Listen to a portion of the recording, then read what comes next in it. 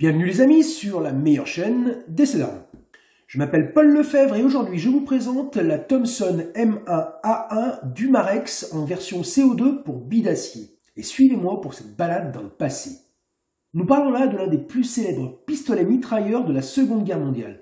Commençons par un peu d'histoire sur cette Thompson. L'histoire a débuté en 1916 quand John Thompson créa la société Auto Ordnance Corporation pour développer un fusil semi-auto avec un système de culasse retardé. Ayant obtenu des résultats insatisfaisants avec ses premiers prototypes, il décida alors de développer un pistolet mitrailleur sur la base du Colt 1911. Ce fusil semi-auto conservera d'ailleurs le calibre de ce dernier, le calibre 45 ACP. Et c'est en 1917, seulement un an après la création de la société, que le premier exemplaire fut construit. Puis une première série de 40 pièces fut produite entre 1918 et 1919. Mais c'est en 1921 qu'une vraie production industrielle vit le jour. Entre 1921 et 1922, il sera produit plus de 15 000 unités. Elle sera abondamment utilisée par la pègre aux États-Unis, mais aussi par les forces de l'ordre. La Thompson 1921A est emblématique avec son chargeur camembert de 100 coups. On la verra dans de nombreux films de gangsters. Elle portera aussi plusieurs surnoms, mais les plus connus sont sans aucun doute la sulfateuse et Tommy Gun. Le second modèle de Thompson sortira en 1923, sous le nom de M1923. Oui, à l'époque, ils avaient une grosse créativité au niveau des noms. En 1921, ils ont sorti la 1921A et en 1923, la M1923. Ah, les clients devaient sacrément se demander le nom de la prochaine. Sûrement que les gars de chez Thompson du service commercial avaient au minimum des doctorats en marketing. Dans le même état d'esprit sortira en 1927 le modèle M1927, qui sera une version civile dépourvue du mode automatique. D'ailleurs, si vous regardez bien la photo, vous remarquerez l'absence du deuxième levier servant au passage du mode semi-auto au mode automatique. Et un an plus tard, en 1928, le modèle M1928 voit le jour. Cette fois-ci, le modèle est destiné aux militaires. Il dispose donc bien entendu du mode automatique. Mais on peut aussi remarquer qu'il reçoit un garde-main droit. En 1940, le financier Russell Magyar prend le contrôle de la société Auto Ordnance Corporation et le rebaptise au passage la société Savage Arm Co. Cependant, il continue la production de la Thompson M1928. Mais l'arme portera dorénavant la dénomination de M1928A1. Ce modèle sera produit jusqu'en 1941, date à laquelle l'armée américaine fait une demande spécifique à la société Savage Arm Co. Cette demande est une simplification du modèle M1928A1, dans le but d'augmenter la cadence de fabrication, mais aussi de réduire les coûts. C'est alors que la Thompson M1 voit le jour en 1942. Le mécanisme de l'arme est simplifié et le réarmement s'opère maintenant uniquement par le recul que produit le tir. La distinction entre ce modèle et les modèles précédents est que la version M1 est plus facile à fabriquer, ce qui augmente les cadences de fabrication comme le voulait l'armée américaine. Vous remarquerez que sur le modèle M1, le réarmement ne se fait plus par le dessus mais latéralement. Les chargeurs camembert sont abandonnés, jugés trop peu pratiques pour un usage militaire, et l'arme reçoit des chargeurs droits de 20 et 30 coups. Pourtant, avec des chargeurs camembert, pour aller libérer la France, ça aurait été plus approprié, non ? Une version encore plus simplifiée avec le percuteur intégré à la culasse sortira en 1944 sous le nom de M1A1. Et nous voici arrivés à notre fameuse Thompson M1A1. De 1942 à 1944, les Thompson M1 et M1A1 seront produites à 539 143 exemplaires. Après, j'ai pas compté moi-même, c'est Wikipédia qui le dit. Allez, j'attrape le colis et on procède au déballage ensemble.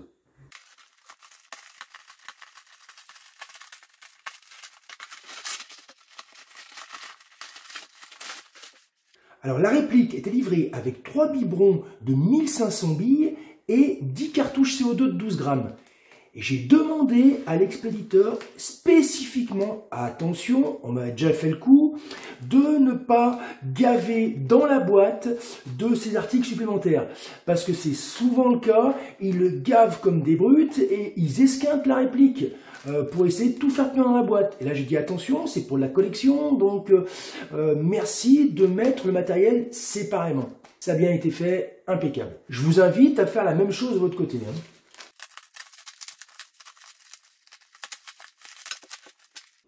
C'est bien des billes Umarex comme prévu, 3 biberons de 1500 billes. Alors bon, moi j'aime bien appeler ça billes d'acier plutôt que babies. Parce que déjà qu'on appelle ça biberon, alors si en plus c'est dans les biberons il y a des babies, ça fait un petit peu, bon, jouet, non, je trouve pas. On va quand même s'intéresser au plus important.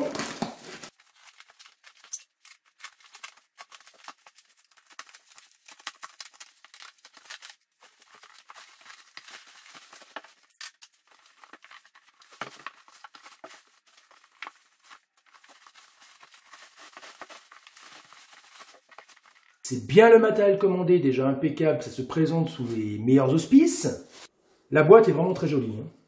Une belle boîte pour la collection.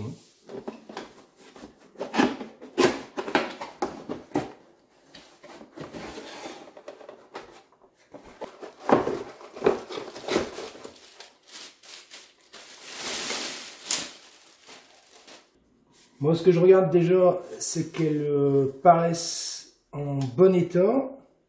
On ne voit pas tout du premier coup, mais a priori, ça paraît être tout à fait correct.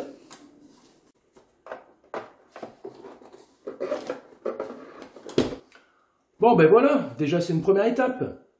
Allez, on regarde ce petit joujou de plus près. C'est donc bien une réplique de la Thomson M1A1. On la reconnaît facilement avec son garde-main droit et son système de rechargement latéral. C'est donc la marque Umarex qui propose cette réplique dans sa gamme Légende en version CO2 pour billes d'acier. C'est une réplique qui fonctionne avec 2 cartouches CO2 et des billes d'acier de diamètre 4-5. La culasse est mobile, c'est un système blowback extrêmement intéressant pour ce type de réplique car ça crée un petit recul qui rend l'arme vraiment vivante. On est sur un poids de 3 kg 462 grammes à vide. C'est le poids réel, je l'ai pesé moi-même. Le canon externe fait 300 mm, mais le canon interne, le réel, est en retrait de 70 mm, pour des raisons de réalisme. Ainsi, on le voit difficilement même si on regarde de face. Mais du coup, la longueur du canon réel fait seulement 230 mm, ce qui est à peine plus long qu'un revolver 8 pouces qui fait 203 mm.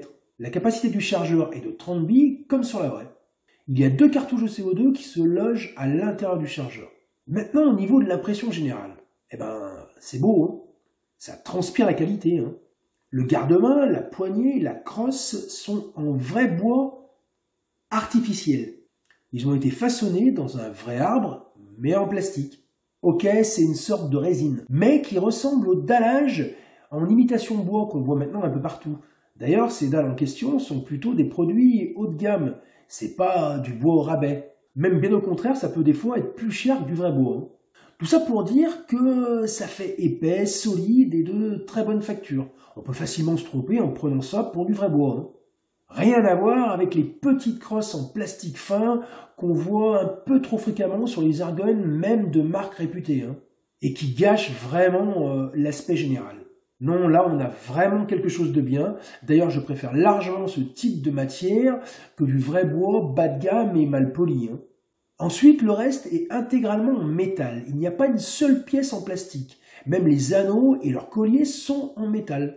La hausse, le guidon, les vis, les boutons, la détente, il n'y a pas une seule pièce qui est en plastique. Hein. C'est très rare d'avoir du vrai 100% métal sur un airgun. Ici, pas de fausse note. Regardez, même pour l'arrière de la crosse, il y a une jolie petite pièce tout en métal. Non, c'est beau, c'est vraiment très beau. Au niveau des organes de visée, eh ben, ils sont assez sommaires. Hein. Au niveau de la hausse, c'est un œilleton sans aucun réglage. Regardez, il est même vissé avec 4 vis sur le corps de la réplique. Certains pourraient s'en plaindre, mais en tout cas, c'est strictement identique à l'original. Pour ceux qui l'ignorent encore, la culasse s'actionne entre chaque tir pour le réarmement. Au passage, regardez-moi le réalisme au niveau de la culasse. C'est tout simplement bluffant. Encore une fois de plus, comme sur la vraie, il y a un sélecteur de tir semi-auto et full auto. Et l'autre levier servant lui à actionner la sécurité. C'est une très très belle réplique. Hein. J'en suis tombé littéralement amoureux. Elle est tout simplement splendide. Je dois avouer que je l'avais achetée suite à la présentation qu'avait fait Mika, qui m'avait fait baver, mais alors comme un chacal. Hein. Ouais, il sait bien y faire le lascar, hein, et il est fort, on est d'accord. Hein. Bon allez, on va voir comment elle se charge. On place les 2 cartouches CO2 tête bêche, comme on dit.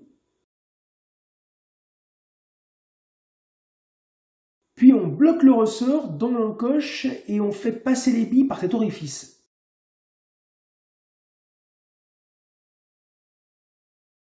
Ensuite, on introduit le chargeur. Et maintenant, il faut faire manuellement un premier armement pour commencer à tirer. Allez, c'est parti, on va tester ça en stand. On va tester à 10 mètres à bras francs, en tir rapide.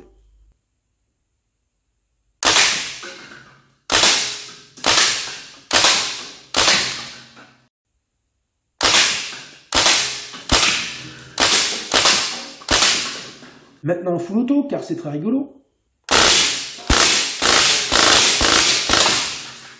On va voir au niveau de la précision ce que ça peut donner quand on s'applique au maximum. Mais toujours à bras francs et à 10 mètres. Pour vous donner une idée sur sa capacité, les tirs ont été faits sans aucune coupure vidéo. La cadence de tir est complètement réelle.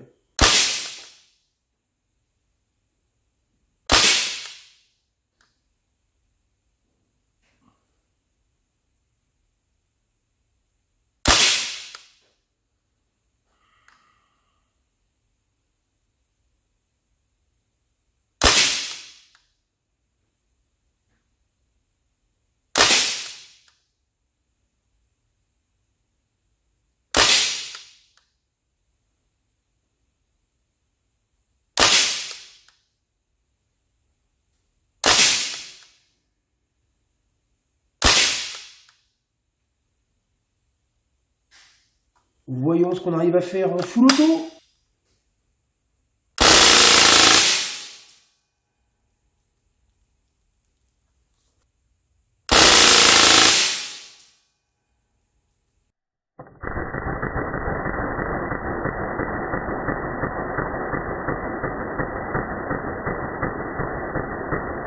Maintenant, un petit test pour le plaisir à 25 mètres. Même si c'est pas fait pour ça, on va pas se mentir. Hein. Rien que pour voir de quoi elle est capable à cette distance.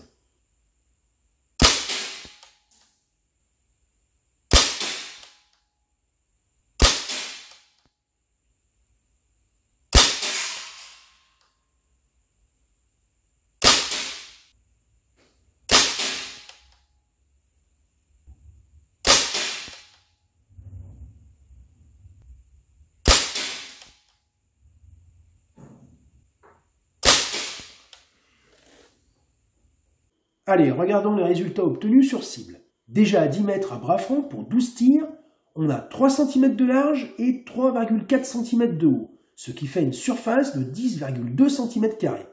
Avec, comme vous l'avez vu, une cadence de tir un peu soutenue, sans jamais me reposer. J'ai tout enchaîné. On pourrait faire encore beaucoup mieux en prenant bien son temps entre chaque tir. Et regardez ce que ça donnait en full auto. On est sur une cible de 14 par 14. Hein. Il n'y a que 4 billes qui sont sorties de la cible. Tout est dans le carton sinon. C'est quand même plutôt pas mal du tout, non? Et regardons maintenant à 25 mètres. Et cette fois-ci avec 2 appuis sur 11 tirs. On est sur un groupement de 10,7 cm de large et 6,5 cm de haut. C'est pas dégueulasse du tout. Hein. Il ne faut pas oublier qu'on est sur un canon lisse et avec de simples billes en acier. Et avec un canon d'une longueur de 230 mm. Hein. C'est quasi le canon d'une arme de poing. Hein. Non, perso, je suis carrément impressionné par ses capacités en précision.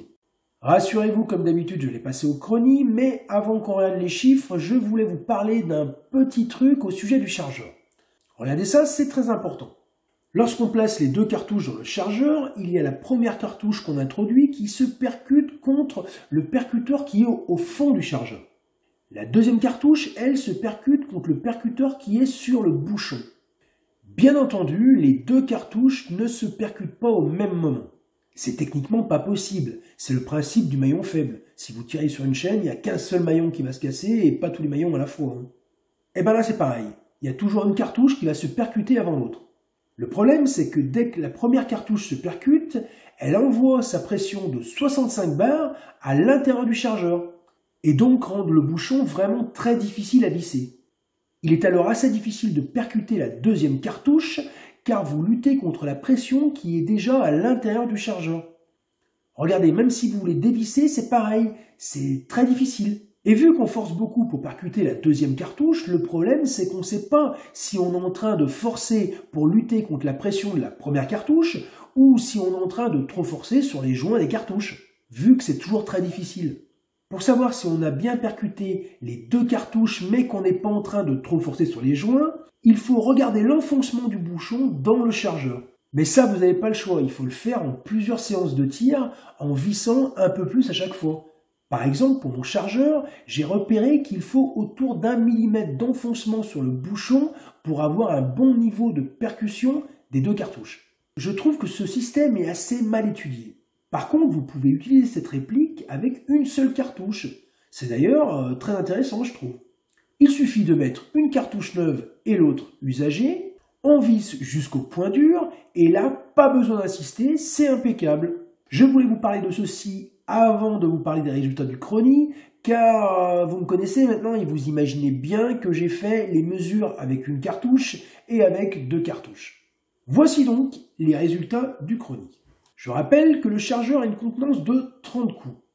Avec deux cartouches de CO2, on a le premier chargeur avec le premier tir à 131,1 m/s et le 30e tir à 131 m/s, avec une vitesse moyenne de 131,15 m/s et une puissance maxi de 3 joules. Le deuxième chargeur sort le premier tir à 131,2 m/s et le 30e tir à 130 m/s, avec une vitesse moyenne de 131,1 m/s et une puissance maxi de 3 joules. Le troisième chargeur sort le premier tir à 131 m/s et le 30e tir à 127 m/s, avec une vitesse moyenne de 129,4 m/s et une puissance maxi de 3 joules. Le quatrième chargeur sort le premier tir à 127,8 m/s et le 30e tir à 117 m/s, avec une moyenne de 122,4 m/s et une puissance maxi de 2,9 joules. Ensuite, pour le cinquième chargeur, la vitesse dégringole progressivement pour atteindre 108 m/s et 2 joules en fin de chargeur. Donc le cinquième chargeur n'est pas intéressant. On va dire qu'avec deux cartouches de CO2, on a deux chargeurs pleine puissance et un troisième chargeur tout à fait correct. Regardons maintenant ce qu'on obtient avec une seule cartouche de CO2. On a le premier chargeur avec le premier tir à 130,3 m/s et le 30e tir à 132 m/s, avec une vitesse moyenne de 131,5 m/s et une puissance maxi de 3 joules. Le deuxième chargeur sort le premier tir à 132,7 m/s et le 30e tir à 119 m/s, avec une vitesse moyenne de 128,4 m/s et une puissance maxi de 3 joules. Du coup, pour le premier chargeur, on a des puissances strictement identiques avec une ou deux cartouches CO2. Et avec une cartouche CO2, on a le deuxième chargeur qui est à peu près équivalent au troisième chargeur avec deux cartouches. En gros, avec deux cartouches CO2, on ne fait pas le double de tir, mais 50% de tir en plus. Cela s'explique sûrement par le gaspillage de gaz dans le système blowback, qui doit être beaucoup plus important avec deux cartouches CO2. Donc, si vous voulez faire une séance de tir avec 4 chargeurs, vaut mieux faire 2 fois 2 chargeurs avec qu'une seule cartouche de CO2. Par contre, si vous voulez faire 2 chargeurs en full auto, vaut mieux 2 cartouches de CO2. Avant de passer à la conclusion, je voulais vous parler du démontage. Ça semble foutu exactement pareil que sur la vraie. Vous avez vu, il y a un petit bouton ici, là. Il faut appuyer dessus et ça libère la partie haute. Et en pressant la détente, on dissocie la réplique en 2 parties en poussant la partie haute vers l'avant. Ça semble fonctionner exactement pareil que la vraie, mais il y a quelque chose qui bloque à un moment donné, qui empêche de dissocier les 2 parties. J'ai fait d'assez grosses recherches sur le web à ce sujet et impossible de trouver une quelconque information. Pourtant, les versions Airsoft de conception quasi identique se démontent sans problème comme les vraies de cette manière. Pas celle-ci, ça bloque. J'ai l'impression que c'est le levier d'armement qui bloque. Peut-être qu'il faut le démonter, je sais pas. Je voulais pas trop partir en aveugle dans le démontage et la foutre en panne. Hein. J'ai pas essayé d'aller plus loin. Mais c'est dommage car tout semblait être prévu comme il faut. Si vous trouvez quelque chose d'intéressant à ce sujet, n'hésitez pas à mettre ça dans les commentaires. Hein. Encore une information très importante. Si vous en achetez une, attention à la provenance de la réplique. Si elle vient du Royaume-Uni, les versions full auto sont bridées en semi-auto. Ouais, c'est un petit peu con pour eux, hein. Ils n'ont pas droit au full auto, même dans ces petites répliques à air comprimé. Eh ben, ils n'avaient qu'à pas se barrer de l'Europe, hein. Ils ont pas de chance, ces Anglais, hein. Grosse inflation, énergie hyper chère, 3 jours de soleil par an, et en plus, ils n'ont pas le full auto sur les répliques. Et puis, t'as vu les Françaises par rapport aux Anglaises? Perso, moi, un coup comme ça, mais je traverse la Manche à la nage pour rejoindre la France, hein. Bon, attention de ne pas vous retrouver avec une réplique british, ce serait dommage pour le full auto, hein. Alors si vous comptez faire l'achat, pas besoin d'aller voir dans ma description, vous ne trouverez pas de code promo, hein. Car cette vidéo n'est pas sponsorisée, hein. J'ai payé ma réplique plein pot, hein. Si vous voulez des codes promo sur cette Thompson, allez voir la vidéo de Mick Armement, cette réplique. Les prix peuvent peut-être être intéressants en passant par lui, hein. Allez, cette fois-ci, on passe à la conclusion. D'abord les points négatifs. Lorsqu'on a fini de tirer et qu'on veut retirer les 2 cartouches CO2, on est obligé d'en mettre plein la gueule au joint. Parce qu'il n'y a rien qui est prévu pour vider manuellement, comme beaucoup d'autres airguns. Le deuxième point négatif, la deuxième cartouche est assez difficile à percuter quand même, hein. Maintenant les points positifs. La possibilité de tirer avec une seule cartouche. Deuxième point positif, ce chargeur est équipé d'un système anti-fuite pour visser la cartouche. C'est très bien conçu. On peut visser le bouchon aussi lentement qu'on veut, il n'y aura pas une seule fuite. Ça, c'est pas mal comme truc. Un autre point positif, le blowback qui pète vraiment très bien, hein. Il donne un petit recul, je trouve que c'est quasi autant qu'une 22. Hein. La puissance sur 2 chargeurs, on lâche pas les 3 joules, hein, et là c'est plutôt pas mal du tout, hein. La précision, le mode rafale qui envoie du lourd. Le son, je trouve qu'elle fait un très joli bruit. La finition, vraiment exemplaire. J'en ai vu passer un paquet, mais là, c'est du très haut niveau. Pour finir, je regrette mon achat ou pas? Ouais, je sais, il n'y a pas trop de suspense, hein. Si, je regrette de ne pas en avoir acheté 2. Cette réplique est tellement belle et réaliste qu'on peut même envisager de l'acquérir seulement pour la collection, hein. Bien que tirer avec, c'est vraiment pied, hein. Et la vache de plaisir qu'on a manipulé ce matériel. C'est bien simple, quand je la regarde là comme ça, hein, j'ai envie de lui écrire un poème. Alors pour quel usage cette réplique, hein? Comme je le disais, pour la collection, mais aussi pour tirer avec, car à 10 mètres, elle est assez précise, et pour faire du picking, même sur des petits objets, c'est super sympa, hein. J'ai testé, vous pouvez l'acheter, je valide et je survalide. Avant de se quitter, je voulais vous parler d'une autre vidéo, pour les rares d'entre vous qui ne l'auraient pas encore vue. C'est celle de Code Reno, où d'ailleurs il n'y a pas de code promo. Code Reno qui fait pas de code promo. Faut que j'annote celle-ci. Il a fait une vidéo sur la Thompson à voir absolument. Elle est bluffante. Généralement j'aime bien ce qu'il fait, mais là, le montage, la préparation, la mise en scène, c'est quasi niveau pro, hein. En plus c'est drôle, non, c'est du grand art. Il tire avec la vraie Thompson en full auto en plus. Un truc de malade. Ouais, je suis à 3 joules par tir. Et sur le chargeur complet, j'atteins pas le quart de la puissance d'une seule cartouche en 45 ACP. Allez voir sa vidéo, vous serez pas déçus, hein. J'ai mis le lien dans la description pour les rares d'entre vous qui ne l'auraient pas encore vu, hein. Merci d'avoir suivi cette vidéo, merci pour vos likes, merci pour vos commentaires, merci pour vos abonnements, merci pour tout votre soutien. Sur ce, je vous dis à très bientôt pour, plein d'autres vidéos. Salut les amis!